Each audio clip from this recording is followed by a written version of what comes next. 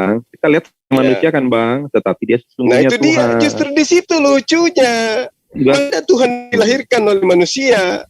Kan sebagai manusia Bang. Nah, apa bedanya kalau misalnya ada oknum lain yang mengaku sebagai Tuhan yang lahir sebagai manusia? Kenapa jadi manusia? Karena dia kan sebagai manusia, tapi dia sebenarnya adalah Tuhan. Iya, betul. Ada yang seperti itu Bang. Kita uji siapa orangnya. Nah, Yesus coba diuji. Sisi ketuhanannya yang mana?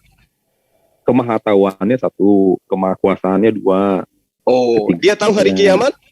Dia tahu kapan musim buah ara? Nah, musim pohon buah ara itu bukan dia nggak tahu. Itu jangan keliru teman-teman Muslim. Coba Anda asumsikan. Gini. Gimana caranya Anda mengatakan bahwa dia tahu musim buah ara? Waktu itu saya udah pernah jelaskan ke teman-teman, tapi mungkin belum ke Bang Zuma ya. Karena kan kita mengimani Yesus itu Tuhan, Bang. Nah, ketika dia mencari sebuah pohon ara di tengah-tengah pohon yang buahnya lebat, itu harusnya ada, entahkah itu yang masih kecil atau satu biji itu harusnya temu, Bang. Gitu loh. Tetapi karena buahnya lebat, walaupun belum musimnya kan tetap masih bisa ada satu buah, ya kan? Seperti itu kan? Walaupun belum musim buah ya Bang. Nah, jadi dia Yesus memposisikan dirinya sebagai Tuhan yang mengharapkan manusia itu harusnya berbuah gitu loh. Karena kan manusia yang telah dibekali ilmu seperti Bang Zuma ya, telah dibekali dengan segala macam yang harusnya Abang itu berbuah. Berbuah dalam arti hasil dari yang telah diketahui itu harusnya ada buahnya, tapi tidak ada hasilnya. Akhirnya Abang akan dikutuk gitu Bang, karena Abang tidak berbuah. Nah, itu Yesus memposisikan sebagai Tuhan sebenarnya. Dalam hal dia lapar, dia mencari, ternyata nggak ada hasilnya gitu. Itu tentang pertanggungjawaban. Bukan asumsi, tapi karena itu ada ayatnya. Apa? Di mana ayatnya? Di kitab Lukas itu ada ayatnya, Bang. Jadi ketika Yesus mencari buah itu kan tidak ketemu kan. Nah, padahal di situ tuh memang belum musimnya, tetapi harusnya tetap walaupun belum musim ada. Nggak mungkin lah Yesus cari-cari tanpa dia ada pemikiran, nggak mungkin ada, tapi harus dia cari-cari kan, karena namanya juga satu dua buah kan pasti tersembunyi kan, dicari-cari itu Bang Zuma, itu tuh bukannya Yesus tidak tahu, tetapi posisi Yesus yang saya baca dalilnya bukan asumsi Anda, karena dalilnya jelas mengatakan seperti itu. Ujung kepada Yesus mengutuk pohon ara itu sendiri, karena pohon ara itu ternyata tidak berbuah. Ya betul.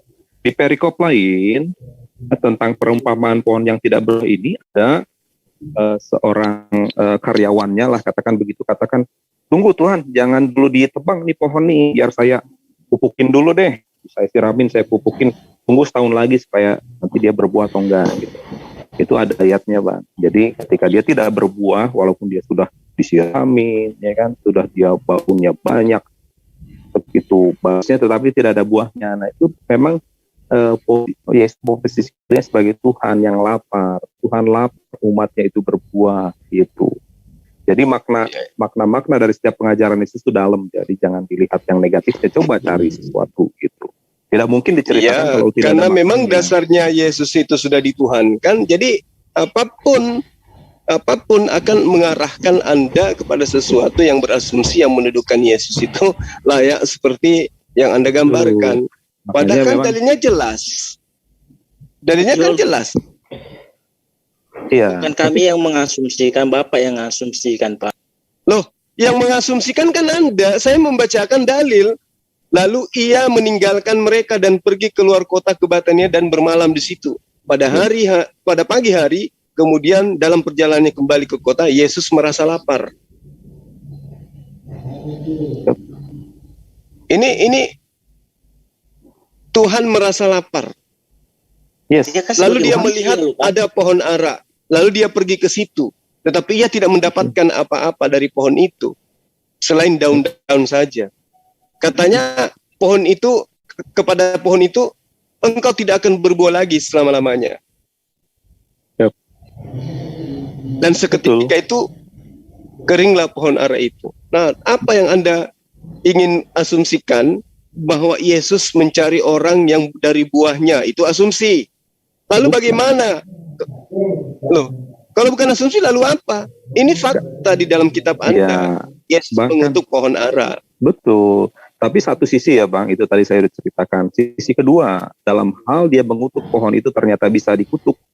Abang harusnya makin yakin, wah siapa ini Yesus kalau dia bisa mengutuk pohon ara kering, kan begitu. Makanya kita harus ambil sesuatu yang di situ abang tuh pasti miss sesuatu yang harusnya ditangkap oleh abang gitu loh Bang. Poin pertama. Tidak, nggak bisa. Pertama, Yesus mengutuk pohon ara. Wih, hebat Yesus. Hebat. Mantap. Mantap hebat. Kan? Tapi apa yang dikatakan oleh Yesus? Di dalam Yohanes 17 ayat 7. Apa itu? Sekarang mereka sudah tahu bahwa semua itu berasal daripadamu. Apa yang ada pada diriku semua berasal daripadamu. Yesus bisa mengutuk, ternyata itu adalah kuasa Tuhan. Membangkitkan Lazarus, kuasa dari Tuhannya. Membuat anak dari orang Maria bisa melihat, ternyata kuasa dari Tuhan. Terus mana sisi ketuhanan dia yang dia miliki sendiri, yang mana? Ternyata semua kuasa yang ada yang dia perlihatkan itu berasal daripada yang telah mengutus dia. Terus yang berasal dari dirinya sendiri mana?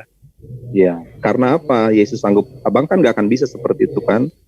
Hanya Yesus yang sanggup. Kenapa? Karena Yesus Allah dalam pembaptisan Allah katakan, inilah anakku yang kukasihi, kepadanya aku berkenan. Apapun yang Yesus katakan, yang Yesus perintahkan, Bapa berkenan. Bukan berarti ketika gini. Nih, berarti Yesus ini hanya utusan. Yesus ini hanya seorang duta.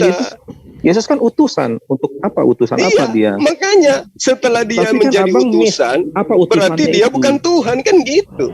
Masalah Tuhan bukannya abang harus pinggirkan dulu. Pertama yang saya ingin sampaikan. Untuk kalau seperti itu berarti memang Yesus itu. Untuk apa Yesus diutus? Kan abang nggak mau terima. Ya kan Yesus diutus. Yesus diutus untuk mengajak Bani Israel kembali kepada hukum Taurat. Salah. Di dalam Matius 26 ayat 28 dikatakan, inilah darahku. Diutus untuk menjadi apa? Bukan. Matius 26 ayat 28. Inilah darahku. Inilah dagingku. Kan? Nah, coba terus untuk apa darahnya? Mau diisap? Pengampunan dosa. Pengampunan dosa. Darahnya untuk pengampunan dosa. Durunda, dari sini biar hamba Durunda. Ini katanya, sebab inilah darahku, darah ditumpahkan bagi banyak orang untuk pengampunan dosa. Yak. Ini Gurunda, ini hamba minta 2 menit. Kita buka muat katan mengenai pengampunan dosa. Ya, pengampunan dosa. Bang Ilu, salam kenal Bang Ilu. Nah, sekarang kita buka muat katan ayat 4 ya. Nah, di sini dijelaskan mengenai apa sih maksudnya tuh ketika pengampunan dosa, Yesus mati pengampunan dosa tuh. Siapa namanya? Jose, lu percaya Yesus ini orang sodik atau orang soleh? Orang yang pastilah kita juga percaya Yesus itu orang soleh, Rasul. Al-Amin. Nah, sekarang dijelaskan. Al-Amin itu sendiri. Al-Amin yang terpercaya. Itu Muhammad. Iya. Di kitab Wahyu ada namanya Amin. Amin dengan Al-Amin itu beda. Aduh, gimana sih? Ya Al-Amin tuh yang terpercaya gitu. Semuanya diberi demi untuk mendudukkan Yesus. Loh, emang ada Amin di situ menandakan titik dalam doa, dibilang dijulukan. Jangan. Iya, ini kita kesini dulu ini. Jangan dikaburin dong yang tadi mengenai inilah darahku gitu. Ya jangan dikaburin. Ini kita Moed Katan ini membahas mengenai festival-festival dalam Yahudi, dan di sini dijelaskan di dalam 28 ayat 4. Rabbi Ami berkata, "Why was the Torah portion that described the death of Miriam just opposed to the portion dealing with the red heifer?" Dalam bahasa Indonesianya, kenapa porsi Torah yang mendeskripsikan kematian Miriam disandingkan, juxtapose itu disandingkan kepada porsi tentang lembu merah? Miriam itu siapa yang mati Miriam? Saya nggak tahu. Miriam. Kematian Miriam. The death of Miriam. Saudara Musa, matinya kenapa dia? Iya, saudara Musa. Miriam. Iya, saudara Musa. Emang kenapa kematiannya? Nanti tunggu aja dulu itu. Nanti kita bisa ke sana. Cuma alasan kematiannya itu nggak penting. Tapi kematian Miriam ini disandingkan dengan lembu merah di dalam Torah. Dijelaskan di sini. Just as the red heifer atones for sin, karena seperti lembu merah yang menebus dosa, so too the death of the righteous atones for sin. Maka kematian orang-orang soleh juga menebus dosa. Dor. Yesus menjalankan Talmud. Maka dari itu Yahudi ketika rabi-rabinya mati, mereka semua berkumpul tuh satu Israel. Waktu itu tahun kemarin 2 rabi meninggal. Mereka semua sedih tuh. Satu Israel tuh penuh tuh. Ortodok Yahudi semua. Karena kenapa? Karena dalam Moed Katan dijelaskan orang soleh mati menebus dosa. Baru Miriam. Nanti frasa keduanya ada kematian Aharun disandingkan dengan priestly garment atau jubahnya pendeta. Karena sama seperti jubah pendeta, kematian orang soleh juga menebus dosa. Yahudi tidak aneh dengan yang begini. Iya, justru itu karena tidak aneh, makanya Yesus juga kan pasti melalui Nah kalau begitu kematian orang soleh tidak menjadikan dia auto Tuhan. Karena kalau begitu ini Tuhannya harusnya jadi Sabta Tunggal atau enam pribadi dalam satu ketuhanan hakikat. Yesus kan bukan hanya itu saja. Karena Miriam dan juga Aharun ini mati menebus dosa. Nggak ada di ayat Alkitab sebenarnya nggak ada seperti itu, bro. Kematian Harun. Yesus itu menjalankan Talmud karena apa yang dikatakan Yesus sesuai dengan Moed Katan 28a. Ini diterima dong kenyataan ini. Bukan. Gini, sebenarnya Harun, Miriam mati oke, tetapi kematian Yesus itu bukan seperti itu, tetapi dikatakan bukan seperti itu apa? Yesus mati menebus dosa enggak? Iya, anak Yesus mati menebus dosa enggak? Betul. Lah Miriam sama Harun mati menebus dosa enggak di sini? Ya enggak lah. Loh kok enggak, ini tertulisnya menebus dosa kok? Mereka itu mati usia tua, bro. Terserah lu mau matinya usia tua atau mau mati prematur, di sini tertulis menebus dosa Maryam dan Harun. Lu terima ini, Yahudi menerima ini, lu mestinya menerima ini juga. Karena Yesus itu Yahudi, keselamatan dari bangsa Yahudi. Beda bro, pemahamannya beda. Mereka mati usia tua. Apa pemahamannya berbeda? Ini nebus dosa tertulis ini loh, gede banget. Itu beda. Gede banget itu gitu. beda jalur ceritanya. Kalau itu keimanan lu meronta-ronta untuk membedakan. Lu melawan tekstual yang ada. Gitu loh. Ya terserah lu kalau nggak percaya, gua menjelaskan kepada yang objektif. Kami nggak percaya gitu. Nah kalau udah memang thank you. Kalau kami percaya berarti kami ikuti apa yang kalian yakini. Oke ya. Ini mau kan memang 28 Gurunda Suma kembalikan kepada Gurunda. Tadi tentang kan memang beda antara ajaran Kristen dan ajaran Yahudi memang beda. Beda pastinya. Makanya mereka menjalani Yesus. Kita lihat di Wahyu. Enggak, bentuk juga salah itu siapa yang bilang Yahudi itu merajam Yesus. Mereka mengimani mereka merajam Yesus bukan menyalibkan. Itu keimanan kalian kalau bilang Yahudi menyalibkan. Lah kan ya, gini itulah bro. Kenapa kalau dalam Islam tuh dikatakan Yesus tidak dibunuh dan tidak juga disalibkan. Karena Yahudi itu bukan menyalib loh. Ya Yahudi itu mengimani merajam Yesus, rajam di batu, dimatiin pakai batu. Oke, bro. Jadi gini bro, ada 7. Kalau tentang Yahudi memang merajam ya. Tapi dengan dan kekaisaran Romawi itu menyalibkan. Dia mengikuti hukuman mati dalam Romawi, bro. Iya, terserah. Itu keimanan kalian. Yahudi. Ini gue menjelaskan keimanan Yahudi itu ya merajam memang iya. Kami ngakui gitu loh. Cakep. Ya udah, kita kedengarkan dulu. Gini. Bukan ikutin itu. Mungkin saya bantu gini jadi ya. Penyaliban Yesus itu bukan prakarsa Romawi saja. Satu, siapa yang paling berprakarsa? Satu, Pontius Pilatus yang menjatuhkan vonis, ya kan? Tetapi menjatuhkan vonis itu tentu atas tekanan dari siapa? Orang-orang Yahudi. Jadi siapa yang menyalibkan Yesus? Ya orang Yahudi termasuk di dalamnya. Kalau nggak ada tekanan orang Yahudi, apakah vonis hukuman mati itu ada? Tidak, karena Pontius Pilatus sendiri sebenarnya ingin membebaskan Yesus kan. Tetapi karena tekanan dari orang Yahudi, disalibkan itu bro, jangan terlalu sempit melihatnya. Nah, kalau amin sebelum lompat ya, jadi kan teman-teman Muslim mengimani Nabi Muhammad amin ya. Dan di dalam Alkitab juga ada amin itu disematkan kepada Yesus. Itu tertulis dalam Wahyu 3 ayat 14 dikatakan demikian. Dan tuliskanlah kepada malaikat di Laodikia, inilah firman dari amin. Ya kan bukan amin dalam arti akhiran doa, dikatakan inilah firman dari amin, saksi yang setia dan benar. Tuh.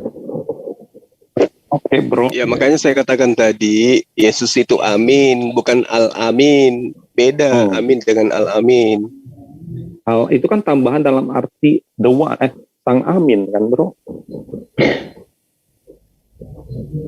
Itu kan sebagai prefiks ya. Oke, udah malam kayaknya bro. Saya udah waktunya mau bobo ini. Bro Ilu, saya dengerin ya. Bro Ilu silakan. Saya dengar, saya stop aja ya. Thank you Bang ini. Ya Bro Jose, nanti lanjut lagi. Jangan lupa minum air putih 2 liter sehari. siap.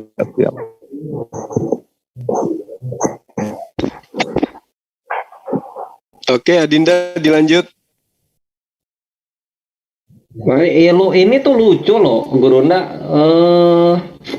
Apa ya? Kita bacakan sesuai tekstual, dibilang ngarang bebas begitu.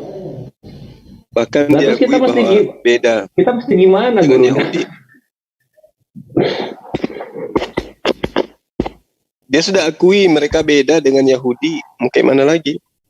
Iya, tapi yang lucu ini Ilu ini gini. Ini Ilu orangnya masih ada nggak ya? Kalau misalnya masih ada, ya lanjut aja. Tapi kalau masih ada. Iya, lu tuh gimana sih kita Gurunda Zuma bacain tekstual gitu. Di situ tertulis telah lahir Tuhan. Dibilang ngarang bebas. Ya itu tertulisnya begitu. Kalau misalnya diakui yang lahir sebagai Tuhan, ya udah jelas tekstual. Tapi kalau misalnya dibilang lahir sebagai manusia, itu baru ngarang bebas. Logika kayak gini tuh, janganlah kalian janganlah lu tuh melakukan kayak gitu ke Muslim. Terlalu mudah untuk dibantah, gitu. Kalau mau dalil pakai dalil gitu. Kalau ada itu juga. Jadi selamat berjuang, menguatkan iman Yesus Tuhan. Malu-malu malam sudah error otaknya. Dalilnya Yesus itu Tuhan mana? Ya dulu. Tuhan itu Adam, anak manusia dan manusia mana? Ya, kalau dalil-dalil ketuhanan tuh kayak gini loh. Misal kita contoh ambil di mana ya, benar-benar.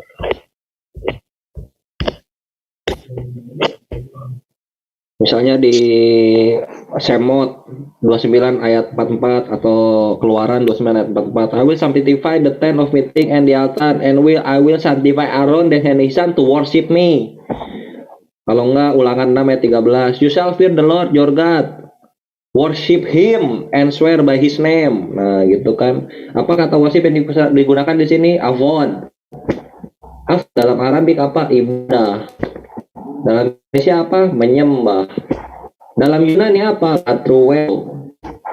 Nah, itu silakan ditampilkan kalau ada. Kalau nggak ada, udah jelas Yesus bukan Tuhan. Tadi kan Anda bilang Yesus itu bukan Tuhan, ya kan?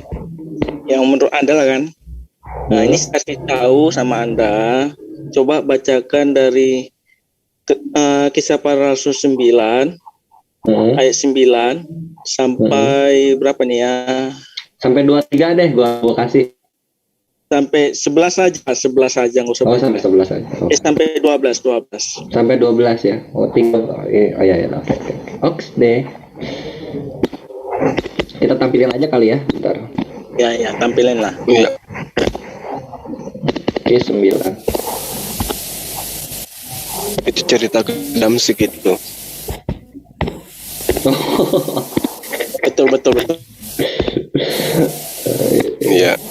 Jadi dari pengajar Paulus mengajarkan waktu dia ke Damsik itu, dia mendengarkan suara dari langit. Siapakah engkau, Tuhan? Ini udah ada di layar nih.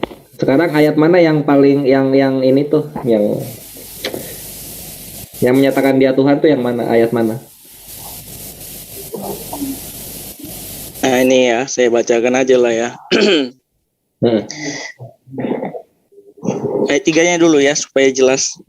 Dalam perjalanan ke Damsik, ketika ia sudah dekat ke kota itu, tiba-tiba cahaya memancar dari langit mengelilingi dia. Ia rebah ke tanah dan kedengaranlah olehnya suatu suara yang berkata kepadanya, Saulus, Saulus, mengapa engkau menganiaya aku? Jawab Saulus, siapakah engkau? Tuhan, katanya, akulah Yesus yang kau aniaya itu. Itu bukan Tuhan. Ya bro. Oh, burungnya. Doi ini masih belum tahu apa Tuhan dan Tuan, Kyrios dan Theos. Masih belum upgrade dia. Oh, Bukan, iya. saya Kita udah tahu tahu yang maksud itu penyakitnya. Krios itu tahu. Ya, dalam arti Krios itu kan Tuhan memang, tapi ditengoklah maknanya itu. Cocok nggak dibilang Tuhan daripada Tuhan Cocok. itu lah gitu. Cocok gimana sih? Cobalah Kenapa Anda nggak baca lagi kalau menurut Anda gitu. Jadi gini, Assalamualaikum Saulus, siapakah engkau Tuhan? Katanya. Waalaikumsalam Akulah Yesus yang kau aniaya itu. ya Hilayan. Aduh, gimana sih? Iya, Itu aja lah. Enggak. Kenapa? Apa maksudnya? Kenapa Yesus nggak cocok disebutkan Tuhan? Karena dia dianiaya. Jadi dia Tuhannya dianiaya, jadi dia harus menjadi Tuhan. Bukan, Kan Tuhannya tiba-tiba cahaya memancar dari langit mengelilingi dia. Itu juga memancarkan dari langit loh. Jangan-jangan itu ada lampu senter. Aduh, udahlah. Kalau kalian menganggap kayak gitu, ya berarti kalian main aja, itu nggak mau firman. Waktu cahaya menyinari Paulus itu, Paulus lagi di ruangan atau di luar ruangan? Itu kan memancar cahaya dari langit. Cobalah berpikir aja lah gitu. Dalam ruangan Iya, apa kita berpikir. ruangan Lu apa bisa dari nerima ruangan? fakta nggak kalau Saul Tarsus ini punya penyakit epilepsi? Assalamualaikum. Oh ya, ada Mas Gil. Waalaikumsalam. Ya, nggak percaya. Oke, kita ini ya, mumpung masih share screen. Gini, jadi ini mengenai cahaya-cahaya ini emang ini dijelaskan secara medis.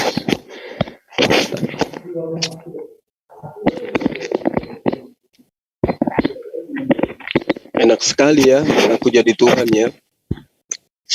Ini pada saat Paulus rebah, lalu kemudian dia mengaku melihat Yesus, mendengarkan Yesus. Ini di gurun atau di dalam air? Di gurun itu, Bang. Ini siapa tadi namanya? Siapa namanya tadi? Ilu bisa dilihat ini screen gua? Bisa. Oke. Lu bisa Inggris? Bisa Inggris? Bisa bahasa Inggris? Sedikit. Jangan terguncang ya, jangan terguncang. Ini kita bicara fakta-fakta aja lah. Ini medis. Sudah mengkaji siapa namanya tuh Paulus ini. Kenapa dia bisa kejang-kejang di kisah Rasul 9 itu? Dijelaskan di sini. Saint Paul disease, ectasia and ecstatic seizure. Seizure itu kejang-kejang. The Apostle Paul had a chronic disease. Aduh kok ini. Ya, kita buka dari ini aja karena banyak sekali yang udah ngasih datanya. Nah, ini Rasul Paulus yang lu imani itu, yang lu jalankan setiap perkataannya walaupun menentang Torah. Rasul Paulus mempunyai penyakit kronis. Gitu. Ini sekarang yang ini. Ini yang berikutnya yang bawah ini www.ncbi.nlm.nit.gov government. Berarti ini situsnya punya pemerintah. Apa yang dibilang dari judulnya? Saint Paul and Temporal Lobe Epilepsy.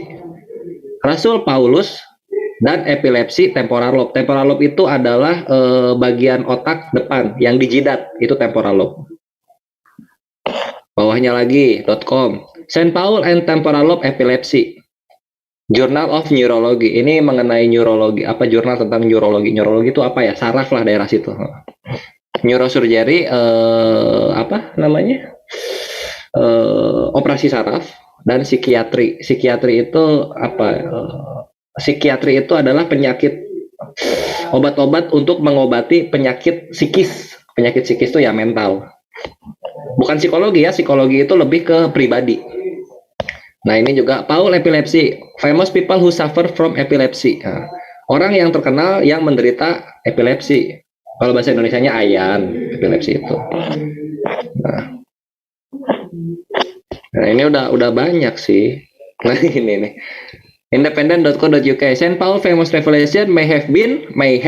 Ini nggak pakai mic. Kalau may itu berarti penekanannya kuat kemungkinannya. Saint Paul siapa namanya? Rasul Paulus yang terkenal itu pewahyuannya dikarenakan epileptic fit. Epileptic fit itu berarti ini maksudnya apa namanya? Standar standar epilepsi lah gitu kalau bahasa Indonesianya. Mungkin dikarenakan dengan klausa-klausa epilepsi atau gejala-gejala epilepsi. Nah, itu maksudnya. Nah, itu gitu. Ini independent.co.uk. Ini setara dengan kalau di Indonesia itu apa tempo.com, tribun gitu loh. Berita-berita yang netral. Terlalu banyak ilo gitu. Terlalu banyak ini yang membahas mengenai penyakitnya Saul Paulus ini. Jangan terguncang, ini data. Enggak, saya enggak terguncang. Apakah orang yang epilepsi itu bisa buta? Nah, itu dia. Nih, kita sekarang gejala epilepsi. Nah, ini nih. Itu dia. Gejala epilepsi itu kebutaan mata. Kita ini ya, gejala epilepsi buta sementara. Buta sementara.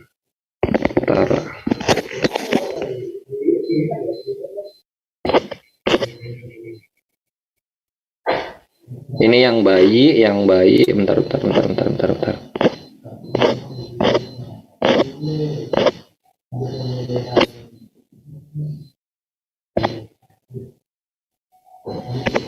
Epilepsinya gak disembuhin Tuhan. Ya orang gara-gara Tuhan datang jadi epilepsi gimana dong? Enggak, kan katanya Tuhan bisa nyembuhin semua penyakit. Ya baca aja sekarang kalau Tuhan menyembuhkan si Saulus itu.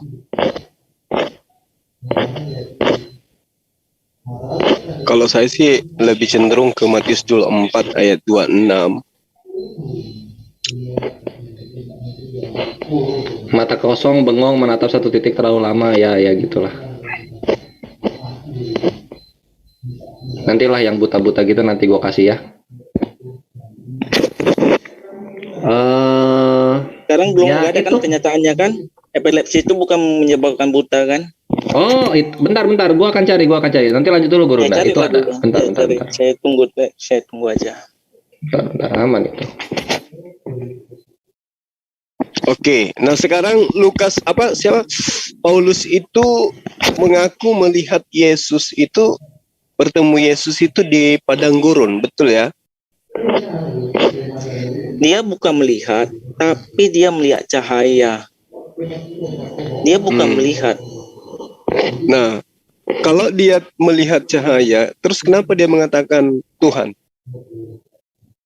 Karena dia mendengar bahasa Tuhan, Yesus mengatakan, "Akulah Yesus yang kau aniaya itu." Oh enggak, dia lebih duluan bertanya. Duluan mana? Dia bertanya, "Siapakah engkau Tuhan?" Dengan teriakan bahwa akulah Yesus yang kau aniaya. Duluan mana? Karena Yesus bersuara. Karena Yesus mengatakan, "Saulus, Saulus, mengapakah engkau menganiaya aku?" Ayat 4-nya, baca dulu, baru kita baca ayat 5-nya. Makanya baru dibilang Saulus, "Siapakah engkau Tuhan?" katanya. Oke, berarti suara yang didengarkan itu adalah suara Tuhan. Ya, Tuhan Yesus. Nah, berarti siapa yang bohong yang mengatakan bahwa kamu tidak akan mampu mendengarkan suara Tuhan? Itu saya tahu, itu ada di perjanjian lama. Tapi kan enggak, Yesus itu perkataan Yesus. Bapa yang telah mengutus aku, engkau tidak bisa melihat wajahnya, suaranya pun tidak bisa kamu dengarkan. Nah sekarang, kok bisa suaranya Tuhan didengar oleh Paulus? Atau yang bersuara ini bukan Tuhan? Yang bersuara itu kan udah jelas Tuhan. Nah, berarti Yesus bohong dengan mengatakan, bahwa Bapa yang telah mengutus bukan bohong Yesus itu, bukan. Nah ini pertanyaan, Paulus bisa mendengarkan suaranya Tuhan? Karena Yesus itu menyampaikan dirinya sendiri gitu. Berarti Yesus Siapakah bukan Tuhan. engkau, Tuhan, katanya. Nah, siapakah engkau Tuhan?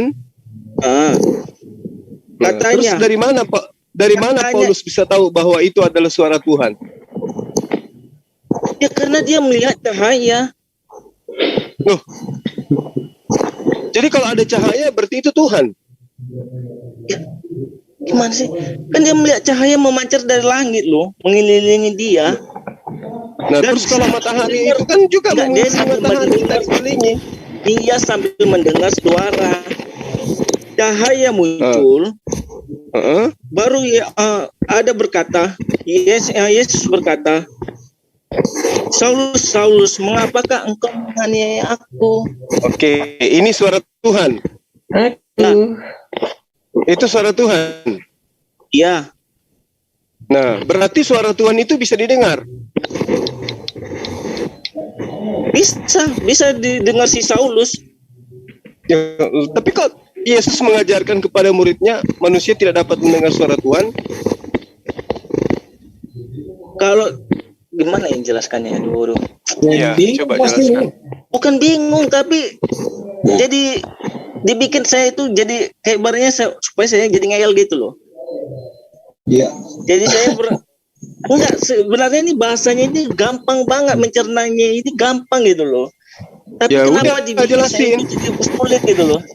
Udah coba permudah, udah permudah. Coba. Kan sudah saya katakan. Ketika Minum dulu, Paulus melihat cahaya dari langit mengelilingi dia, ada suara mengatakan, Saulus, Saulus, mengapakah engkau menganiaya aku? Saulus itu tidak tahu siapa yang berkata itu. Baru dibilangnya, siapakah engkau Tuhan? Baru Yesus memperkenalkan diri kepada Saulus. Berarti Yesus suara yang kau aniaya itu.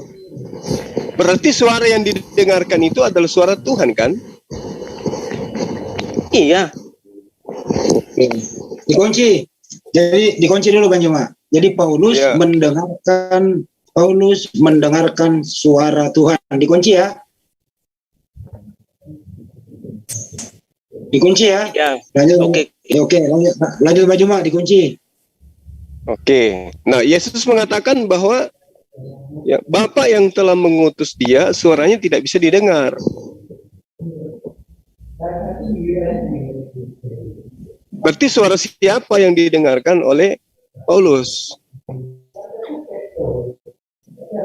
Kan sudah diterangkan di dalam kitab. Kenapa lagi dipertanyakan? Iya, gitu? diterangkan di 2 Korintus 11 ayat 14 itu. Jadi saya luruskan, Paulus mendengarkan suara Tuhan, sedangkan Yesus mengatakan suara Tuhan yang nggak bisa didengar. Yang mana yang benar nih, Paulus apa Yesus nih? Yesus memperkenalkan diri kepada Saulus. Bukan itu pertanyaannya. Apakah Yesus berbohong waktu Yesus tidak mengatakan berbohong. suara Tuhan nggak bisa didengar? Ini dikunci dulu nih. Apakah benar Yesus mengatakan suara Tuhan nggak bisa didengar? Benar apa enggak? Dikunci nih. Benar. Benar. Apakah benar Paulus mendengar suara Tuhan? Dikunci nih. Benar. Nah, ini kontradiksi apa enggak? Enggak. Oh, enggak. Karena pun dengar loh, kalau gitu Musa pun mendengar suara Yesus. Musa pun mendengar suara Tuhan juga. Yang didengarkan oleh Musa itu adalah suara malaikat. Aduh, kok suara malaikat ya? Aduh, baru tahu saya. Ya. Selama saya jadi Kristen ini baru tahu saya rupanya suara malaikat itu rupanya ya. Udah jangan nambah Musa dulu. Jangan nambah Musa dulu. Yesus mengatakan suara Tuhan nggak bisa didengar. Dikunci ya. Yesus mengatakan suara Tuhan nggak bisa didengar. Dikunci ya. Deal? Ya. Oke. Paulus mengatakan suara Tuhan bisa didengar. Deal? Deal. Apakah pernyataan Yesus dan Paulus ini kontradiksi atau tidak? Tidak. Mantap. Tidak. Siapa yang salah berarti? Bukan salah. Nggak ngerti aja pemahamannya gitu loh. Yang salah pencuri. Karena ini kan Nggak pemahaman saudara-saudara aja nggak ngerti gitu loh. Gini, itulah kenapa Tuhan dan Tuhan itu beda. Yesus mendengarkan suara Tuhan. Kalau kayak gitu nggak akan kontradiksi sama yang Yesus bilang. Kurios sama Theos beda. Theos nggak bisa didengar suaranya. Yohanes 5:37, Yesus yang ngomong. Saul Tarsus mendengar suara Tuhan, Kyrios. Itu Saul Tarsus yang ngomong. Dua-duanya benar. Kalau kayak gitu baru enak. Paham? ini sepertinya Kalian aja nggak paham. Sebenarnya gini loh. Sebenarnya ngerti percuma dijelasin. Gini. Coba kau lihat share screen di. gini aja. Share screen. Biarkan dia ngomong dulu. Biarkan dia. Gini. Tuhan memerintahkan kepada Ananias. Nggak usah pindah ke situ dulu. Antara Paulus dan Yesus pernyataannya ini dulu. Biar nggak melebar, bro. Paulus mengatakan dia mendengar suara Tuhan. Yesus mengatakan suara Tuhan nggak bisa didengar. Lalu jelasin tuh. Tunggu, jangan sebut yang lain. Paulus, Yesus lo jelasin. Satu nggak bisa didengar, satu mengatakan mendengar. Lalu jelaskan tuh. Itu aja, jangan melebar. Monggo. Sudah saya jelaskan tadi kan. Nggak ada. Kalau Yesus mengatakan biarkan. suara Tuhan tidak bisa didengar, benar. Benar. Kalau Saulus mendengar suara Tuhan juga benar. Terus yang benar menurut Anda yang mana? Yesus apa Paulus? Jadi kalau Tuhan berbicara kepada saya, emang saya nggak bisa mendengar firman Kamu Tuhan? jangan terlibat di situ. Ini keterlibatan Yesus dengan Paulus. Bukan, kalian aja nggak memahami maksudnya loh. Gini Nah, Bang, coba. kita libatin satu orang lagi Bang. Gimana kalau itu suaranya iblis? Kemungkinan nggak? Aduh, jangan ditambah, melebar, jangan. Kalau itu suaranya iblis, dia tidak memancarkan Jangan cahaya. melebar, jangan Loh, melebar. kata siapa? Coba Jangan ngomong. jelaskan dulu Bang Andi. Oke. Ya udahlah gini aja, kan dia sudah imannya begitu. Ya kita maklumi aja, yang penting kita sudah menunjukkan. Kami sebagai muslim itu ada kontradiktif di sana. Kalau saudara ini yang mengatakan itu nggak ada kontradiktif, ya biarlah, itu kan keimanan dia. Oke. Yang penting kita di sini sudah menunjukkan bahwa di situ ada kontradiktif. Nah, itulah. Ya biarlah, Itulah bagusnya. kita yang berpikir. Ya itulah bagusnya Amir kita ini, sangat bijak ini Amir kita ini. Nggak Makasih. usah diserang. Kalau sekali diserang nanti ya kita harus punya toleransi lah. Itu keimanan. Oh, Ya, itu dia nih. Benar-benar itu benar. Salut. Yang penting kita sudah menunjukkan bahwa di situ ada sebuah Kontradiksi. kontradiktif. Nah, saudara tadi si Ilu tadi mengatakan itu tidak, ya biarlah, itulah keyakinannya. Ya seperti kalau kita sudah jatuh cinta kan, namanya tai kucing bisa jadi coklat, itu kan begitu. Itu kan guru saya. Jadi kita di sini hanya bicara, bro. Kamu perkuat aja. Gini, Jangan begitu gini, bicara. bro. Kalau memang nggak Kamu kan didengar tadi bilang Roh Kudus, ya gitu iblis tak bisa mengeluarkan bicaranya. cahaya. Coba kamu lihat di share screen Siapa sih yang ini Pak. Kristanto atau Muhammad Ibrahim ini yang punya merosok ini? ya. Tolong jangan terlalu banyak stick lah. Ah. Ya udah, itu ya poin kita kunci di situ, nggak usah diterusin. Kita buka tema yang berbeda lagi. Itu sudah satu gitu. Dari kita ini itu Tidak akan bisa sampai urat tadi kita terputus, tidak akan bisa ketemu itu. Karena di sini kita menampilkan sebuah data yang teman kita Kristen menampilkan keimanannya. Ini nggak bisa. Jadi kita di sini paling bijak. Kita menghormati.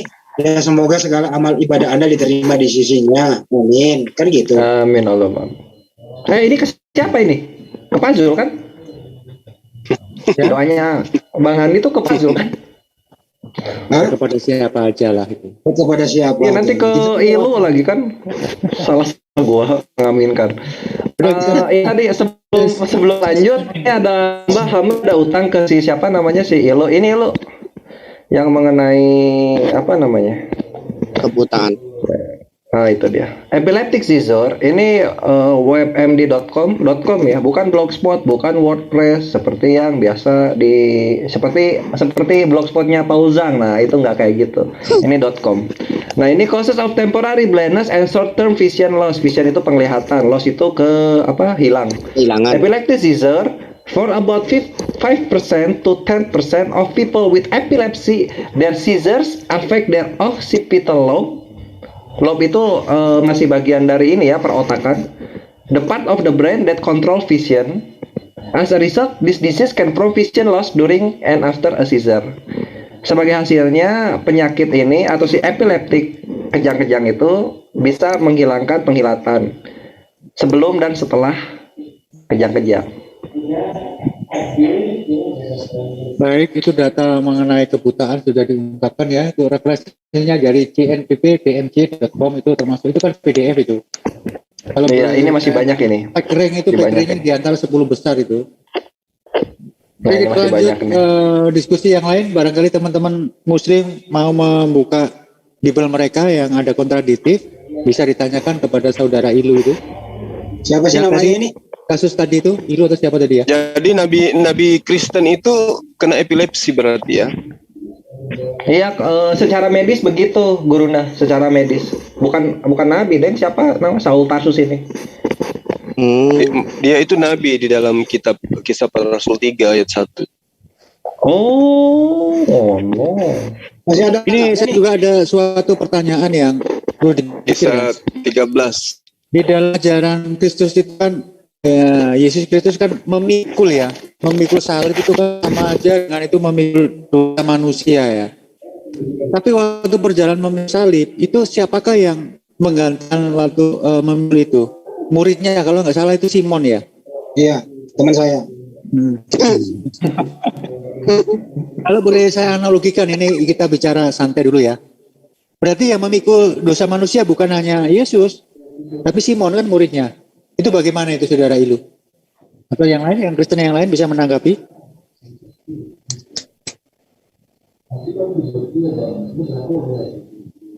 Dong, ya. Monggo bro. Dibuka Ilu, mute-nya dibuka. Itu aja sih pertanyaan saya itu. Nanti biasanya itu kalau saya boleh tebak itu kan sebagai analogi aja itu memikul. Tapi itu ada yang memikul, membantu memikulnya kan. Yang jelas itu Simon, bukan Tompel ataupun Ucok itu yang memikul. Bukan. Simon. Yang ada di Bible-nya ini nggak dusta. Di Bible ada. Konseres. Apa sih namanya itu? Nggak ngomong. Lagi apa namanya? Cari ayat ya gitu. Menyerap apa yang kita berikan gitu. lagi cari tahu dulu dia. Benar nggak kita di sini itu mengajak untuk berpikir. Asal jangan kena epilepsi aja. Mungkin dia buka ayatnya dulu. Begitulah kita mencoba membuka wawasan mereka itu aja. Perkara mereka percaya atau enggak itu ya urusannya yang kelompok lah. Ditampilkan ayatnya aja dulu itu. Pertanyaannya Banjul. Ya, tampilkan dong. Ya, siapa yang membantu waktu Yesus itu memikul salib? Di mana itu? Susah. Ini ya di ayat Yohanes pasal 4 ayat 63. Nggak ada 63. Saya apal kok. Cari dulu di Google itu. Kalau gitu kasih 5 menit ya, bentar. Yang memikul salib. Yang memikul salib kan. Ada itu. Nah, kalau yang saya tahu itu soalnya saya pernah baca-baca itu. Ini berarti kan yang memikul dosa memikul salib bukan hanya Yesus, ada muridnya. Jadi begini Banjul, sepanjang dalam perjalanan itu Yesus memikul salib. Perjalanan itu ada soal jawab. Dispersi lain ada soal jawab dengan para orang yang ditemuinya. Ada perempuan yang bertanya, terus kemudian di ayat lain juga ada nggak soal jawab. Tapi yang jelas memang digantikan oleh Simon karena Yesus kecapean dalam hal waktu dia nanjak ke bukit Golgota itu, kecapean dia. Jadi diganti sejenak. Terus Terus yang menanggalkan kain lenan lalu lari teranjang itu siapa lagi? Itu maaf kenapa dimasukin itu ke cerita itu. Nggak tahu itu intisarinya apa itu, nggak ngerti. Aduh tadi tuh. Kemudian pas nyampe di tiang salib itu belum ngos-ngosan habis mikul salib seberat gitu. Berat loh itu. Ngos-ngosan nggak dikasih minum langsung dieksekusi loh. Kejamnya dirimu itu. Kalian di sana semua itu waktu itu. Kalau cerita ini bener ya. Kalau ini cerita bener, ini kejam banget ini. Matius 27. Ya, Matius itu. Matius. Kejam bener ini ayat. Ngeri. Orang capek, keringatan, mikul, tanjakan, sampai langsung eksekusi gitu loh.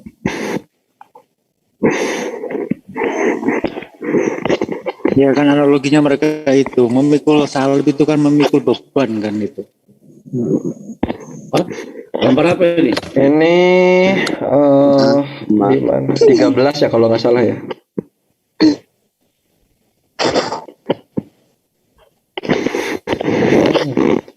Ini anaknya masih ada nggak sih? Bener nggak? Yang ini kali nih Mas. Mas Calvin. Ilu itu masih ada ilu. Masih ada ilu. Yang mana? Ayatnya 2732 nih. Ya, coba bacain. Kan Simon itu. Dibacain biar nggak dusta kita.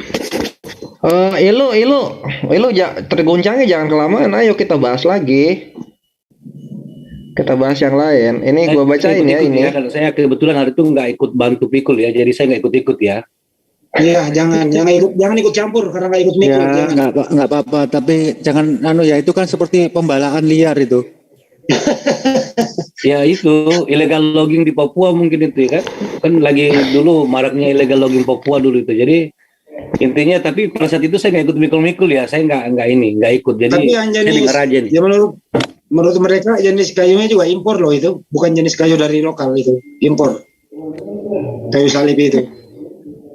Itu kan kayu dari Papua itu Bang Handi. Coba pertanyaan saya sekarang itu salibnya yang dipakai dulu tuh di mana ya? Masih ada Bang. Saya di Palu, ada di Palu kayu hitam. Siapa yang lari telanjang itu masih penasaran saya. Itu Markus berapa ya Gurunda ya? Markus 23 ya? Biar dulu nih bacain biar. Oh iya. Biar Amir kita nggak dusta itu loh. Ketika mereka berjalan keluar kota, mereka berjumpa dengan seorang dari Kirene yang bernama Simon Kirene. Orang itu mereka paksa untuk memikul salib Yesus gitu maksudnya. Maka sampailah mereka di suatu tempat yang bernama Golgota, artinya tempat tengkorak. Lalu mereka memberi dia minum anggur bercampur empedu. Setelah ia mengecapnya, ia tidak mau meminumnya.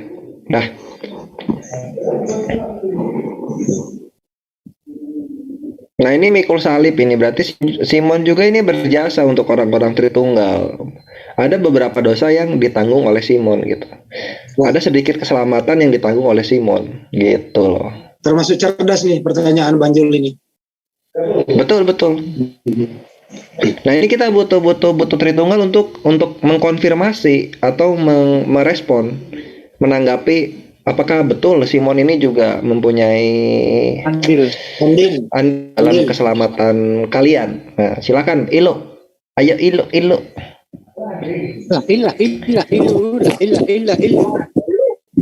Kalau Ilo nggak mau, ini aja. Kayaknya dia nggak kuasai deh.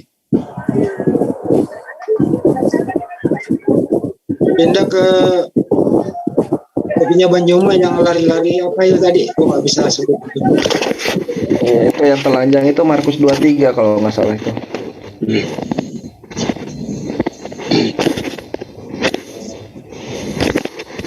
Kayaknya nggak keluar dia.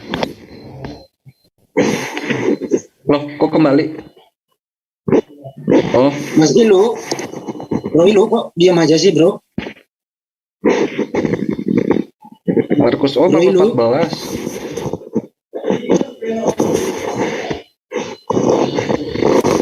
tuh. Dibacakan biar netizen denger gitu. Ada seorang pemuda yang pada waktu itu hanya memakai sehelai kain lenan untuk menutup badannya. Mengikuti dia, mereka hendak menangkapnya. Tetapi ia melepaskan kainnya dan lari dengan telanjang. Coba ulang. Markus 14, 51 sampai 52. Dibaca bener dong. Tadi udah jelas itu. Ada seorang muda yang pada waktu itu hanya memakai sehelai kain lenan untuk menutup badannya. Mengikuti dia. Dia di sini Yesus ya. Mereka hendak menangkapnya, tetapi ia melepaskan kainnya dan lari dengan telanjang. Oh, jadi tadinya ini orang memakai sehelai kain ingin menangkap Yesus. Tapi karena nggak bisa terpaksa dia telanjang begitu ya. Enggak enggak. Bukan, mereka di sini tuh ini Hansip Romawi. Oh, ini siapa nih ngikutin? Mau ditangkap gitu.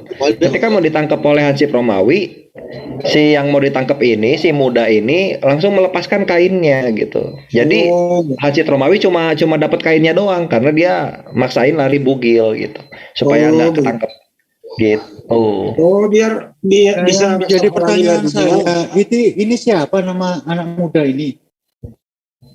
Murid nggak dicatat Bang Jun, nggak dicatat namanya. Kalau siapa ya kemarin dialog sama siapa ya, lupa ya.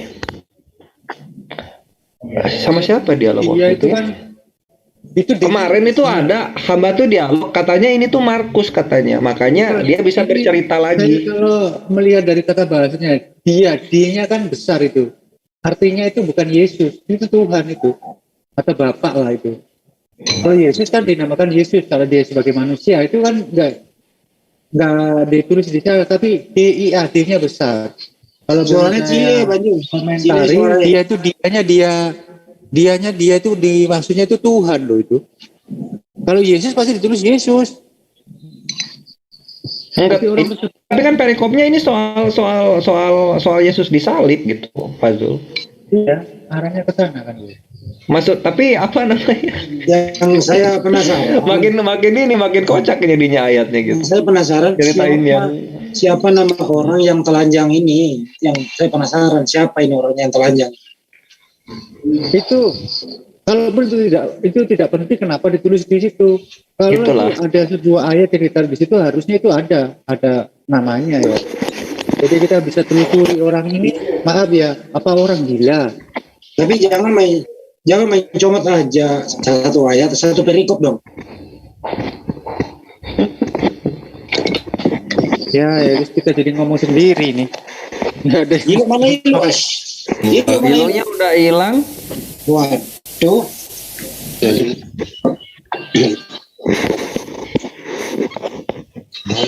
Tadi pun ada yang salah sasaran tuh. Dari channelnya Pak Juma, Bang Juma. Dibawa Bang Handi, Bang. Yang tadi mana itu?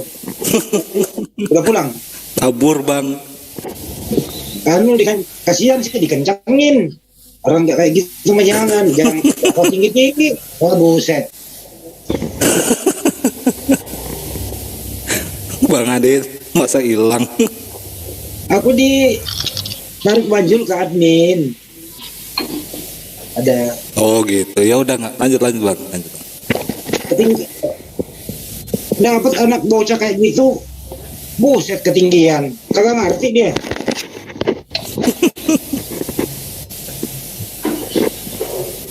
Lebih-lebih kalau nanya Bang Juma nanti ya. Tapi dia salah satu fans Bang Juma lah. Iya, dia Juma.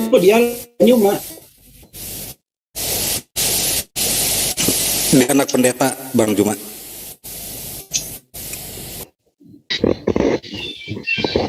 Di kota mana rupanya? Cirmak, Kalimantan Timur. Kalau namanya siapa Bang? Namanya anak pendeta, dia pakai namanya. Dia nggak ini di channelnya Bang Juma pun anak pendeta namanya. Tadi ada di sini. Tadi ada masuk. Abang lagi debat dengan siapa ya? Pak Yusuf ya tadi ya. Dia langsung ngobrol sama Bang Handi. Live kan Bang. Aduh. Iya. Ini pasti dengar juga sekarang nih Bang. Pasti lihat juga Bang ini. Terus aja. Suruh naik aja Bang. Lagi nyari ini maksudnya lagi apa belajar Islam atau gimana maksudnya Ahi? Kayaknya mau beli Islam deh. Kalau saya mau beli barang Bang begitu ngomongnya. Saya harus tahu dulu katanya. Oh. Itulah, apakah betul belinya, apakah belinya ya gitu. Nah, ini menarik nih, ada bahasan. Ivola karena Tritunggalnya sudah pada tidur dengan pengajaran dari Muslim mengenai biblosnya. Sekarang ini ada pertanyaan nih Guru Nazuma, sebenarnya dari Akhi Jus Bobie. Sebenarnya Kristen itu agama atau ajaran? Lalu kenapa berkesan mereka lebih tidak senang terhadap Islam dibanding agama lain? Mohon penjelasannya. Tafadol, Gurunda kami. Iya, jadi gini. Ini pernah saya jelasin. Kenapa umat Islam itu harus boleh dibilang wajib memahami tentang Kristologi. Karena hanya agama Islam lah yang kemudian yang membongkar seluk-beluk tentang ajaran Kristen. Karena Al-Quran memang harus meluruskan segala sesuatu dari ajaran para nabi yang dibengkokkan oleh individu atau segolongan manusia yang kemudian mendapat pesan dari penyesat untuk menyesatkan umat manusia kan gitu. Nah, kalau mereka mengatakan kenapa Kristen itu bukan agama, ya memang dia harus mengatakan itu. Nah, ternyata Yesus memang tidak pernah mengajarkan agama Kristen. Nah, apesnya ketika dia mengatakan Kristen itu adalah ajaran, Yesus tidak pernah mengajarkan ajaran Kristen juga. Coba. Nah, kesakitan demi kesakitan mereka alami, ditambah lagi Islam muncul mengatakan mereka sesat sesuai dengan dalil pengajaran Yesus dalam kitab mereka, ditambah lagi Al-Quran. Jadi makin tersakiti mereka itu gitu. Sakit oleh karena ulahnya sendiri, terlalu cinta terhadap sesuatu yang tidak berdasarkan terhadap analisa akal sebagai wujud kebenaran. Jadi Kristen itu mereka sebut bukan agama, padahal agama itu sendiri adalah merupakan ajaran, sementara konsep kekristenan mereka berdiri di atas ajaran yang berlandaskan terhadap imani saja. Justru kalau kita melihat bagaimana kemudian Yohanes 14, Yesus malah mengajarkan tentang Islam, Shalom Aleichem. Itu kan sama aja dia mengatakan Islam atas kalian. Aku tinggalkan Islam untuk kalian. Kan sama aja. Lukas 24 ayat 36, Shalom Aleichem, Islam untuk kalian. Yesus tidak pernah mengatakan Kristen untuk kalian semua. Gak pernah. Nah, itulah yang membuat mereka sakit hati. Saya kira begitu, Adinda. Silakan ada tambahan yang. Ya, silakan tafadhol Ivan Villa. Kalau ada yang menambahkan mengenai ajaran dan agama itu, ya benar. Bang mau tanya Bang. Guru Net. Ya. Itu yang di lupa saya Bang. Yang hikumam takim wekulo Muhammad itu Muhammadnya itu benar-benar Muhammad ya Bang. Kidung Agung. Iya Kidung Agung. Itu gimana? Mungkin ada yang bisa jawab. Soalnya waktu saya diskusi sama teman Kristen katanya, oh kitab Kidung Agung itu ada pornonya. Masa kamu rela nabimu ada di kitab itu? Gitu. Itu siapa yang bertanya? Saya Bang. Oh, Akhi Kristianto.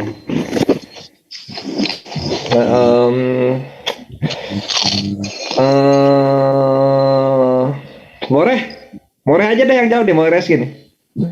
Iya. Oh iya, beliau ada di sini. Lagi sahur diganggu, janganlah. Oh, Jadi di situ yang kata Muhammad Dim itu kan tolong saya gini ya, supaya didengar. perspektif saya gini.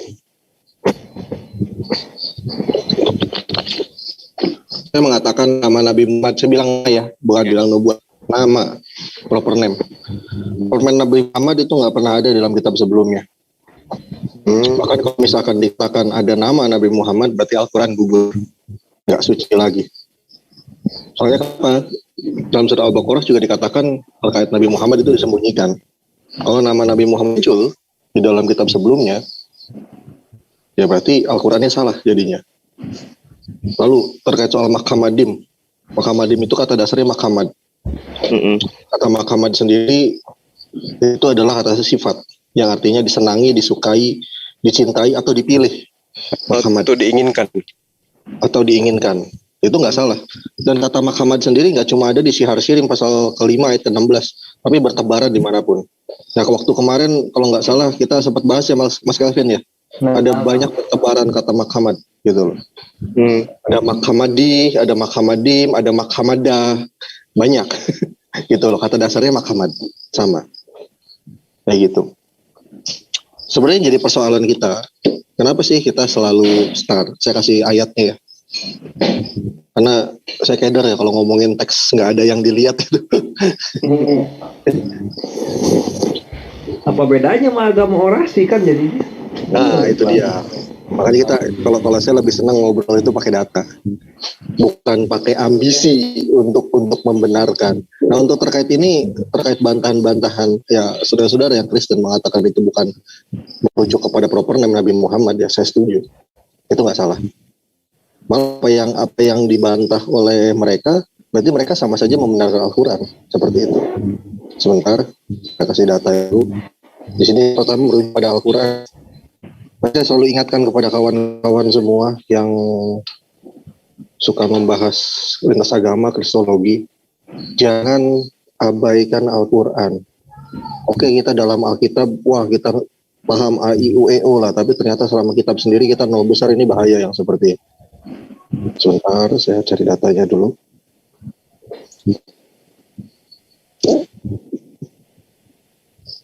Tapi masih ada.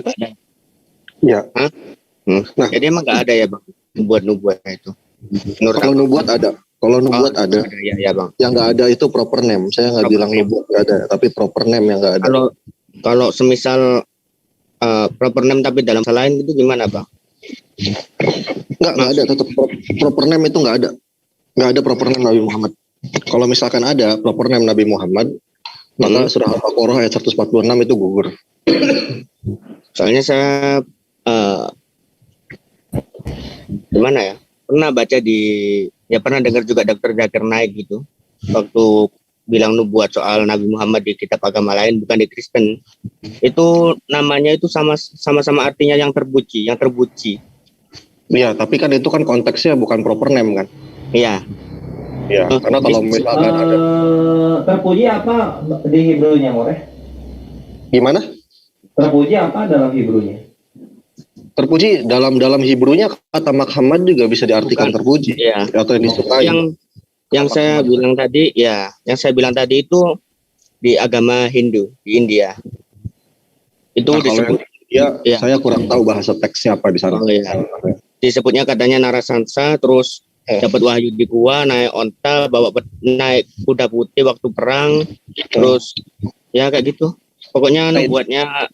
Nah itu kan berarti itu kan kisi-kisi ya, bukan nama. Karena yang namanya nubuat itu nggak mungkin disebut nama. Kayak contoh misalkan kelak nanti 2021 gitu kan. Nama ada secara asli gitu ya. Ada orang misalkan namanya Maman. Nah itu nggak mungkin, itu bukan nubuat. Nubuat itu pasti samar. Oh ya. Pasti samar. Klasifikasi nubuat sendiri pun kalau ada nama ya itu hal yang aneh gitu loh, karena nubuat itu pasti samar. Itu yang pertama. Itu kan penjelasan dari Al-Quran nih, biar kita sama-sama memahami Al-Quran itu dengan benar gitu. Nah kita bisa merujuk kepada surah Al-Baqarah ayat 146. Nah ini yang saya tampilkan di screen. Di sini memang dikatakan bahwa orang-orang yang diberikan kitab Taurat dan kitab Injil itu mengenal Muhammad seperti mereka mengenal anak mereka sendiri gitu kan. Betul, memang nggak salah dikatakan demikian gitu loh. Tapi kan di saat sana dikatakan juga gitu kan. Layak tumunal hakko di sana. Bahwa sesungguhnya daripada mereka itu menyembunyikan kebenaran. Al-haq, kebenaran hakko itu kan dari kata al-haq, kata dasarnya kebenaran. Seperti itu. Nah, jadi yang namanya kebenaran oleh mereka disembunyikan, kalau tiba-tiba ada nama muncul ya aneh, berarti gugur ayat ini. Iya kan? Iya. Setuju nggak dari situ sama saya? Setuju. Ya. Lalu persoalannya kita yang muslim, kenapa sih sampai kok nyari-nyari nama Nabi Muhammad? Nah, persoalannya karena kita gagal dalam memahami. Secara nggak langsung kita sering mengatakan, ya ini mohon maaf ya, sering kita mengatakan Kristen itu umat terjemahan, tapi tanpa disadari kita sendiri juga sering terpaku kepada terjemahan, yakni dalam surat Al-A'raf ayat 157. Apa sih yang jadi sebab kita gencar banget ngejar nama Nabi Muhammad yang kita sebelumnya? Karena terjemahan ini yang saya lingkarin. Kalau kita baca memang yaitu orang-orang yang mengikuti Rasul, Nabi yang umi, tidak bisa baca tulis, yang namanya mereka dapati tertulis di dalam Taurat dan Injil. Tapi kalau kita baca di dalam nas Arabnya, di sana cuma tertulis maktuban indahum fit Taurati wa Injili di sana. Gak ada kata indahum, maksud saya maktuban, ismuhu indahum atau termaktub namanya. Ismuhu kan artinya namanya dalam bahasa Arab itu ismu. Makanya itu dikasih kurung. Nah, iya kan. Berarti ini cuma penafsiran gitu loh. Penafsiran bisa salah. Karena kenapa? Di original teksnya tidak menuliskan namanya. Iya kan?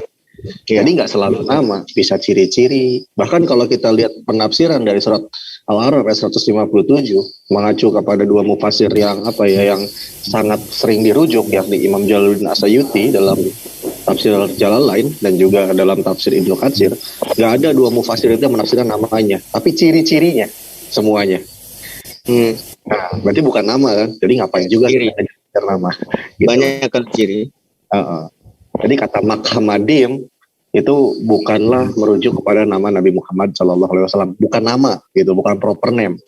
Apalagi kata Muhammadim di dalam Ibrani dengan Muhammadim bahasa Arab artinya beda. Kalau Muhammadim di dalam bahasa Ibrani berarti dia bentuk jamak.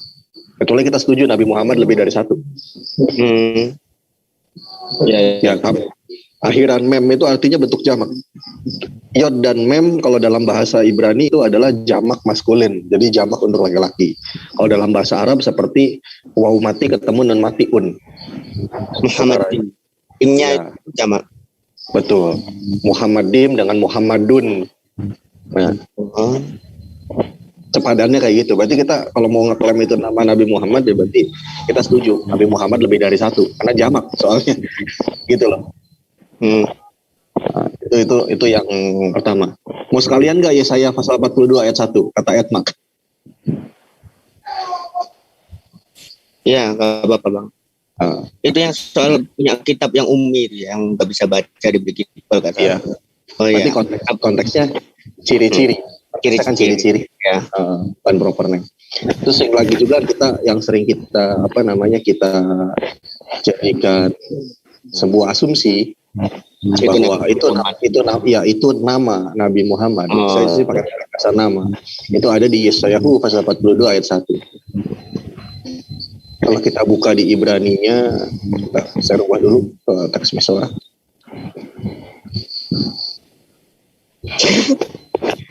Sini kan ada kata hen, abdi, etmak, bebokhiri. Nah, kata etmak ini saya kotakin. Sering ini diasumsikan ini salah tulis. Bukan kata etmak, tapi kata Ahmad gitu loh. Nah, cuma agaknya nggak tepat juga kalau saya bilang itu Ahmad. Karena kenapa? Ada rumusan linguistiknya masalah yang terkait itu. Kalau nggak salah ada di sini di note saya. Saya kemarin sempat bahas itu. Sebentar.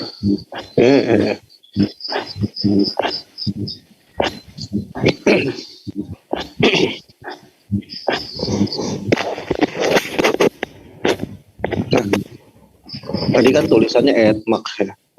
Misalnya dalam Ibraninya tulisannya seperti ini.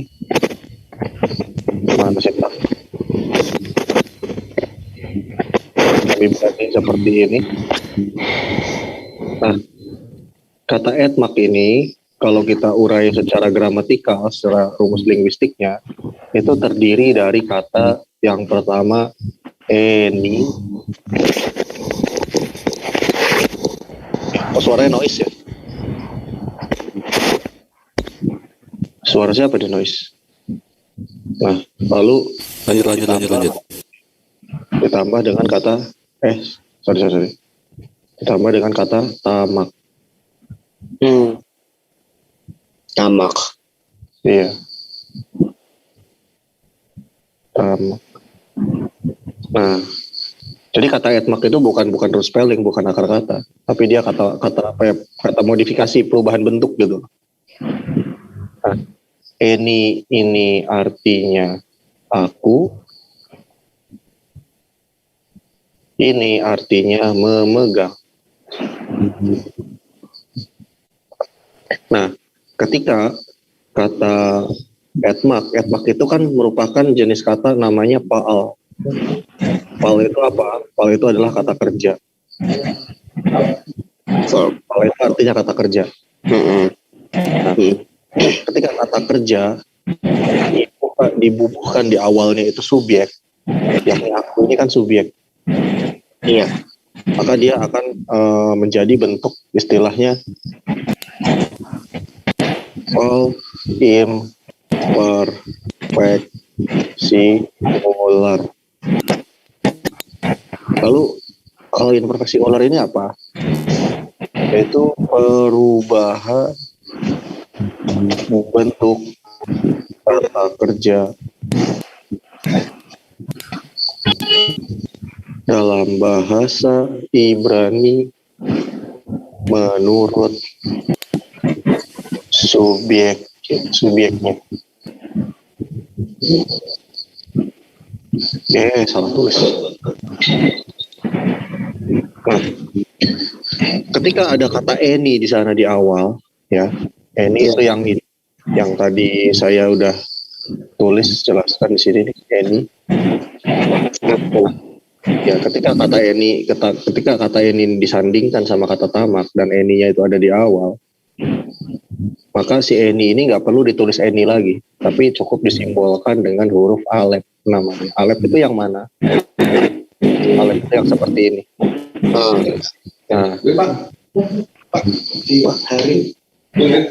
jadi alef di sini itu sudah mewakili kata eni. Ini atau kata aku.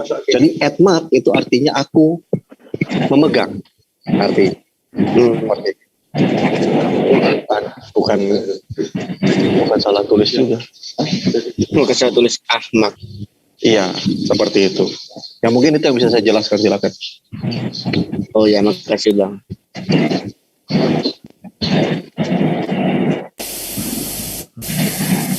Hebat murid saya ini menjelaskannya. Ya memang pendapat saya agak nggak populer ya di kalangan kristolog gitu, tapi ya bisa dipertanggungjawabkan secara keilmuan. Bagus lah secara akademisi ya.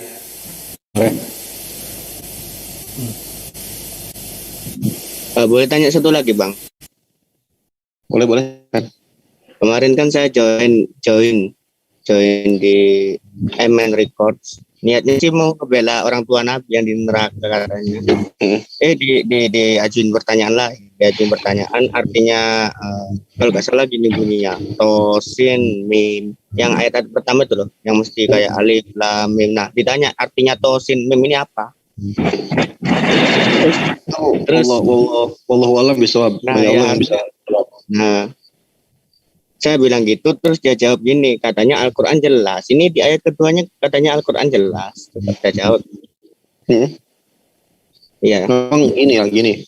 Kalau dalam Islam ada ilmu kan namanya tasawuf. Pasti orang yang belajar usuluddin pasti paham tentang tasawuf. Nah, cuma kalau saya sendiri karena tidak percaya tasawuf juga gitu. Kalau saya terus terang saya katakan saya tidak percaya tasawuf saya. Gitu. Ya bagi yang percaya silahkan ya. Saya nggak mau menimbulkan konflik ya di kalangan orang yang studi tentang Islam gitu lah. Secara akademik saya nggak mau berkonflik soal itu. Tapi saya sendiri nggak percaya tasawuf secara pribadi saya gitu. Memang kalau dalam tasawuf ada apa ya? Ada setiap huruf itu hidup gitu loh. Kayak alif itu memiliki arti apa, lalu ba itu memiliki arti apa. Sama juga di dalam teks Ibrani juga alef itu mengartikan apa gitu loh. Lalu bet itu mengartikan apa, sama. Di dalam teks Semitik semua kayak gitu. Ada orang yang menyimpulkan demikian. Tapi kalau saya yang logik aja lah. Ibarat kita ditanya seperti itu, kayak saya tanya gini, huruf C itu artinya apa? Huruf B itu artinya apa? Huruf S itu artinya apa, misalkan gitu, kan nggak bisa. Iya. Iya. Nah, sama hal seperti itu kira-kira, logiknya seperti itu. Itu saya boleh menambahkan untuk menjawab nggak? Oh silakan. Oke, jadi ada dua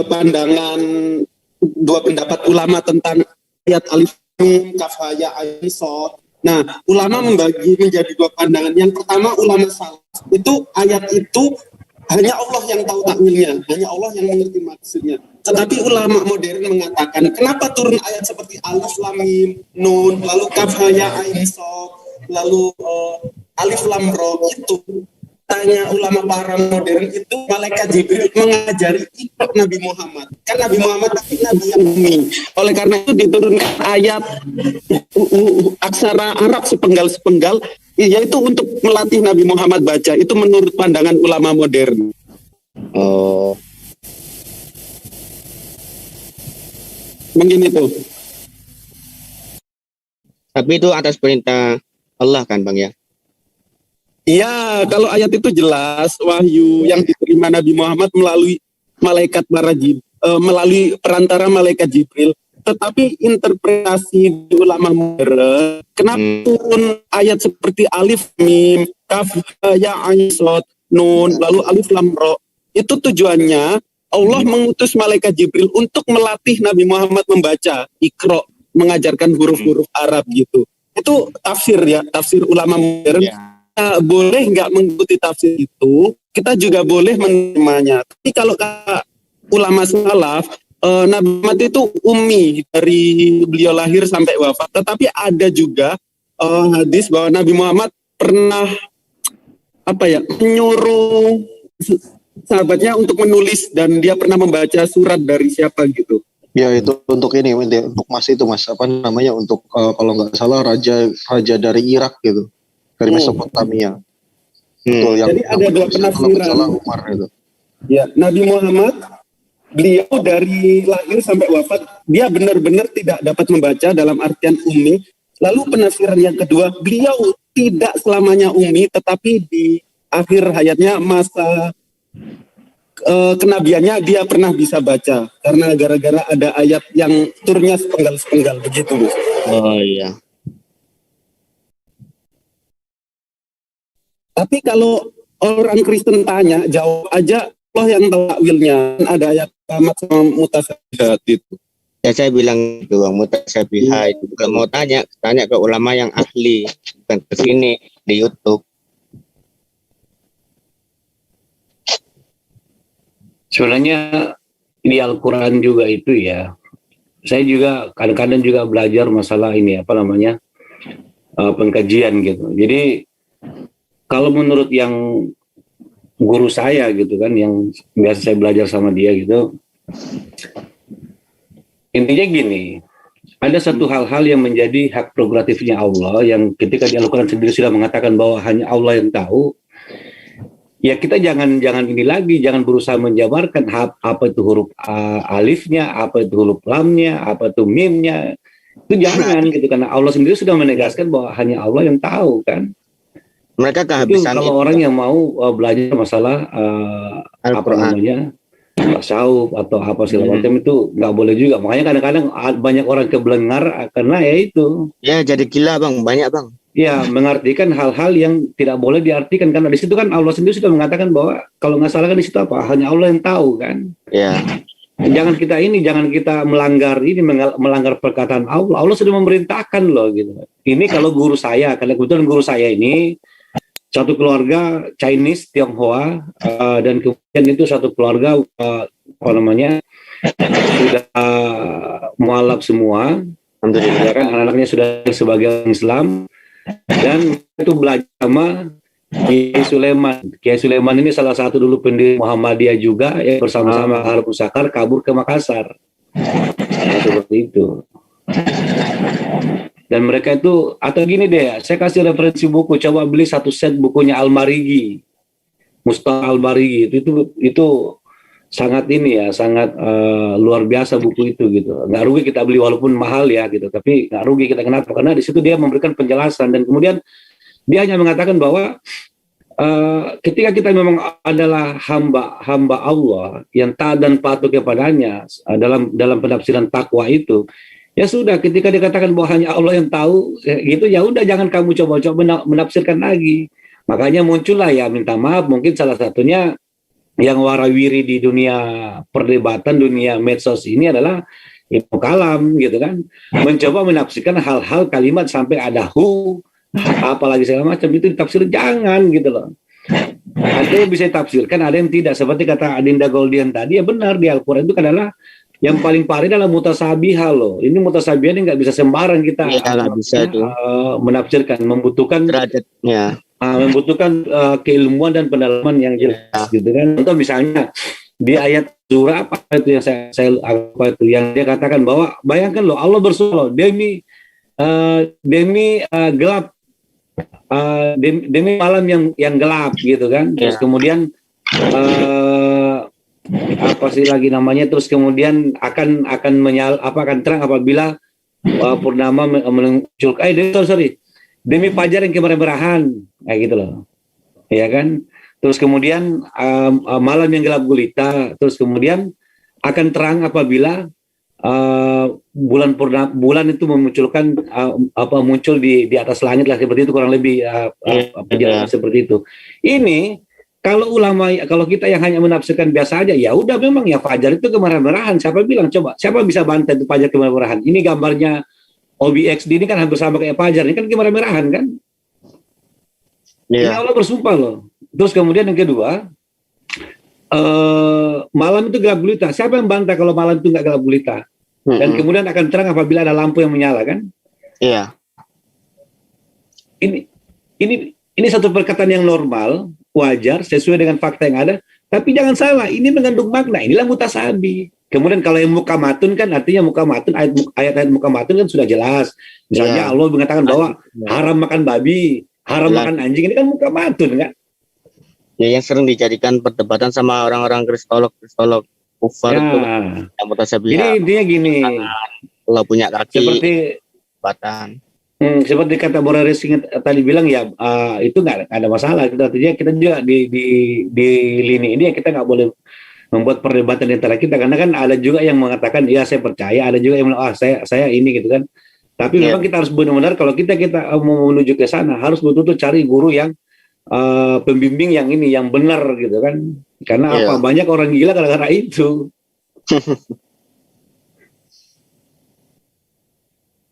Nah, ada yang mengartikan alif itu kayak orang, ibarat kata kan ada orang begini, alif lam itu kan ibarat kata gini. Wah, ini alif lam ini alif itu adalah kata kita berdiri sholat gitu kan. Iya, ada yang pernah bilang gitu. Saya pernah dengar. Ada yang bilang apa mimnya tuh kayak sujud apa-apa kayak gitu-gitu lah. Itu jangan, nggak boleh loh. Tasawuf itu. Seperti itu. Nah, itu dari saya, penambahan dari saya. Iya. Terima kasih. Nah, kalau tentang tasawuf sendiri, saya sarankan baca bukunya Buya Hamka. Bagus-bagus. Saya pengagum beliau. Saya banyak nyimpen PDF-nya Buya Hamka banyak. Kalau mau minta nanti Japri saya ini karya Buya Hamka mengembalikan tasawuf ke pangkalnya. Kan pernah tuh tasawuf ini diinterpretasikan seenaknya oleh para orientalis. Buya Hamka sendiri mantep tuh. Dia juga nulis tafsir Al-Azhar, dan kalau mau minta PDF-nya bukunya Buya Hamka nanti Japri saya. Insya Allah nanti saya ini Dinda, saya kasih kamu juga warisan itu, satu set almari Mustafa Almari gitu. Baca itu. Waduh, gila kalau itu. Ya kalau Buya Hamka yang saya suka mengarah modern. Dia di penjara bertahun loh, rela minum kencing gara-gara membela ideologinya. Kalau Buya Hamka saya teringat cerita Imam Ahmad bin Hanbal. Dia di penjara membela ideologinya gara-gara kita yang mengatakan bahwa kalamullah itu makhluk. Ya, Gitulah. Itu apa namanya pengkaji tasawuf yang bisa kita betul-betul artinya kita bisa jadikan sebagai panutan, yaitu salah satunya adalah Buya Hamka. Terus kemudian misalnya kayak Mustafa Al-Marghi, sampai Mustafa Al-Marghi itu ketika dia sudah menjiwai semua dan kemudian dia sudah mengkaji itu sehingga dia munculkan kalimatnya tuh bagus-bagus juga loh, betul. kalimat filsafatnya dia tuh. Kan bukunya Buya Hamka juga penuh makna loh bahasanya, cinta sastranya juga mantep gitu. Nah ini salah satunya Al-Marghi begini, dengar teman-teman ya, begini ya. Kata-kata adalah bayang-bayang dari sebuah kenyataan. Kata-kata itulah cabang-cabang daripada sebuah kenyataan. Ketika bayang-bayangnya saja sudah menakjubkan, bagaimana mungkin ketika Allah SWT telah mewujudkan bayang-bayang yang itu menjadi sebuah kenyataan kayak gitu. Kayak gitu kan kalimat. Aduh, Masya Allah.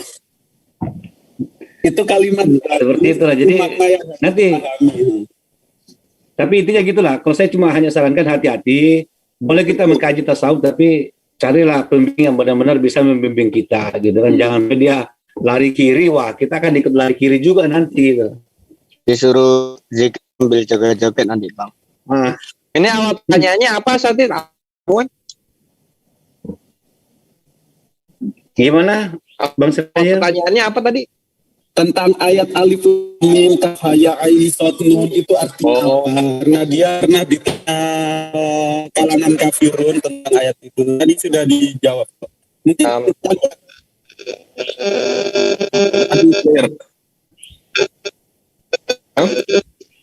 silakan ditambahkan. Waduh, Mbak Hama nggak ngerti ke ininya. Hama kan mujahid taktis gitu. Mereka nanya sesuatu yang kita sendiri ulama udah menyatakan jangan jangan tafsir, maka kita mesti mencari sesuatu untuk matahin kehilangan mereka. Caranya gimana? Ya di Biblos pun ada yang seperti itu, Ivan. Contoh kata selah. Itu artinya apa kata selah? Tanyain aja kayak gitu.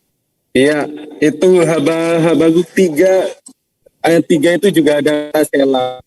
Ya, di Mas juga ada selah. Ada. Tidak jelas artinya, betul. Mereka keluar, nanti mereka akan keluar takiah-takiahnya yang tafsir di situ baru yang menafsirkan dari kata-kata tersebut. Keluar takiah. Iya, udah kelar lah itu nanti. Ya, mungkin tadi saya coba jelasin di pandangan internal Muslim sendiri kan ada dua pandangan tuh. Yang ulama telah mengatakan bahwa ayat itu hanya Allah yang tahu takwilnya, tetapi ulama modern mengatakan jadi ada tujuannya kenapa ada ayat seperti huruf sepenggal-penggal alif lam mim nun kaf ya ain sad.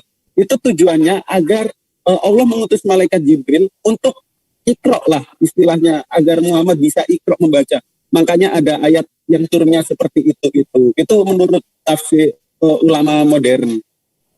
Ini yang Kristen sudah nggak ada ya? Udah keluar Bang semuanya. Oh, udah keluar ya. Udah, kalau udah keluar untuk live saya tutup aja inilah. Kalau nggak ada, nggak seru nanti. Undang lagi Bang. Orang kemarin gitu loh Bang. Ya udah, dilanjut aja untuk Iwan Villa yang ada di YouTube. Saya akhiri dulu ya. Otennya nggak ada, ini nggak seru. Nanti kalau ada oten, saya live-kan lagi lah. Untuk yang lainnya silakan bergeser ke yang masih live di yang CCC, Zulkifli M. Abbas, dan juga channel Muslim yang lain di Diaul Haq juga live. Tolong yang lain bergeser ya ke Zulkifli M. Abbas, di CCC ataupun Diaul Haq Al-Maba channel. Begitu saya ucapkan terima kasih. Assalamualaikum warahmatullahi wabarakatuh.